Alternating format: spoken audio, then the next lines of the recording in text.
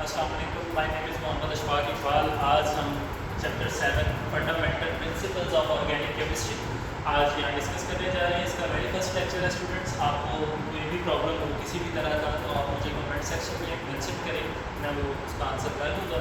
Well, introduction है कि सबसे पहले ऑर्गेनिक केमिस्ट्री का। ऑर्गेनिक केमिस्ट्री में 200 साल पहले ये सोचा जाता था कि ऑर्गेनिक कंपाउंड्स को लेबॉर्ट्री में सिंथेसाइज करना जो है वो इम्पॉसिबल है, यानी कि इम्पॉसिबल है, उसका तैयार नहीं किया जा सकता। Later on it was thought that कि ऑर्गेनिक कंपाउंड्स को सिंथेसाइज करने के लिए एक स्पेशल फोर्स की ज़रूरत होती है जिसको वाइटल फोर्स कहते हैं। वाइटल फोर्स एक थ्योरी है जिसका मतलब ये था कि ऑर्गेनिक कंपाउंड को उस वक्त तक हम तैयार नहीं कर सकते जब तक हमारे पास एक नेचुरल फोर्स ना हो, और वो नेचुरल फोर्स सिर्फ और सिर्फ जानदारों में मौजूद होती है। लिहाजा ऑर्गेनिक कंपाउंड्स को सिर्फ और सिर्फ लिविंग थिंग्स के अंदर जो है वो सिंथेसाइज किया जा सकता है, यानी कि the compounds obtained from living things only, ये सोचा जाता था according to vital force theory. Later on जो है फ्रेडरिक बोलर जो थे उन्होंने इसको रिजेक्ट किया। कैसे किया?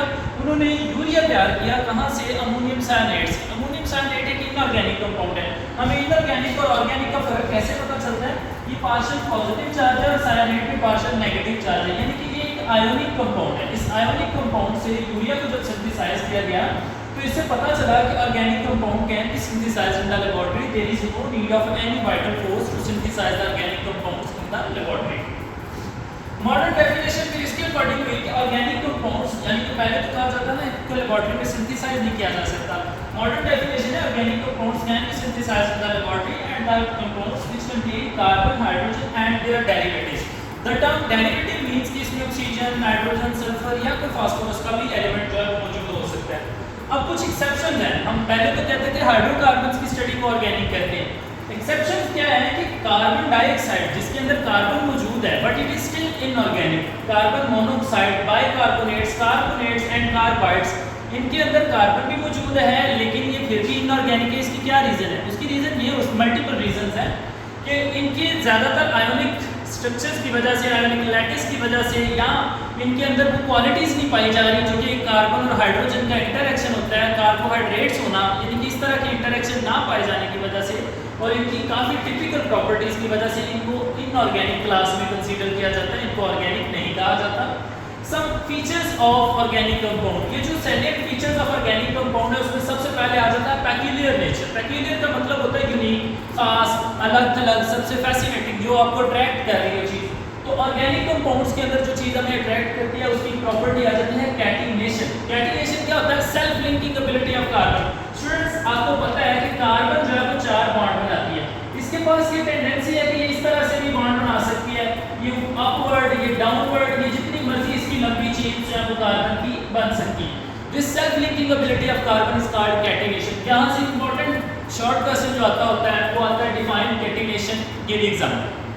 फिर आ जाता है non ionic nature. Organic compounds covalent in nature होते हैं, ये ज़्यादातर मोलेक्युलर स्टेट में यानी कोवलेंट बॉन्ड बना रहे होते हैं। इनकी नॉन आयोनिक नेचर होती है, ये केटायन और एनायन की शक्ल में जैसे ही आते हैं तो ये इनऑर्गेनिक क्लास में शिफ्ट हो जाते हैं।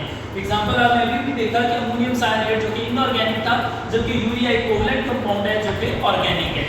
इसके बाद हम बात करते हैं similarity in behaviour. Similarity in behaviour में से जो इंपॉर्टेंट शॉर्ट क्वेश्चन आता है वो आता है डिफाइन होमोलोगस सीरीज।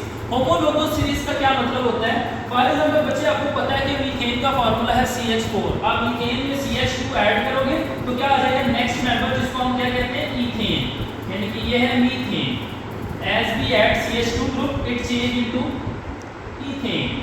जैसे ही ईथेन के अंदर आप CH2 ग्रुप ऐड करो ये बन जाएगा प्रोपेन।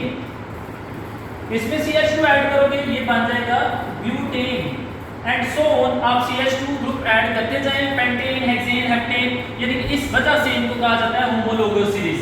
आ जाता है कॉम्प्लेक्सिटी इन बिहेवियर। आप देखिए स्टार्च है C6H10O5, इस तरह के मल्टीपल मॉलिक्यूल्स मिले तो स्टार्च बन जाता है। इसी तरह प्रोटीन्स हैं, अमीनो एसिड के मल्टीपल मॉलिक्यूल्स मिले तो proteins, enzymes, fats, lipids, these are the complex molecules. Isomerism, isomer का मतलब ये होता है कि जो दो डिफरेंट स्ट्रक्चर्स हों लेकिन उनका सेम मोलेकुलर जो स्ट्रक्चरल फार्मूलाज डिफरेंट हो लेकिन मोलेकुलर फार्मूला सेम आ रहा हो। फॉर एग्जांपल यहाँ पे मैंने लिखा है ये एक अल्कोहल है CH3CH2OH एथानॉल, और ये क्या है? Dimethyl ether. दोनों के अंदर अगर हम रेशियो चेक करें तो कार्बन 2 है, हाइड्रोजन 6 है और ऑक्सीजन जो है वो 1 है। यहाँ पे देखिए carbon 2, hydrogen 6, oxygen 1, the ratio of the elements is same, but these are two different classes of organic compound. This is from alcohols and this is from ethers. Alcohol और ईथर हैं, लेकिन इनके जो फॉर्मूलाज हैं वो different हैं. कौन से फॉर्मूलाज डिफरेंट हैं? इनके स्ट्रक्चरल फॉर्मूलाज डिफरेंट हैं. नेक्स्ट आ जाता है rate of reaction. Organic compounds जो कि कोवलेंट इन नेचर होते हैं, मोलेकुलर होते हैं, इनके वेरी स्लो रेट होते हैं. सॉल्युबिलिटी इनके अंदर आप लिखेंगे लाइक डिसॉल्व्स लाइक. ये केमिस्ट्री की एक बड़ी कॉमन सेइंग है, लाइक डिसॉल्व्स लाइक, यानी कि पोलर सॉल्युबल पोलर सॉल्वेंट्स में और non polar soluble in non polar solvents. So their solubility is according to their nature, either they are polar or non-polar. So depending upon the situation and condition, organic compound decision लेते हैं. हाँ, hydrogen bonding का एक exceptional case आता है जिसको हम बाद में कभी डिस्कस करेंगे अलग टॉपिक.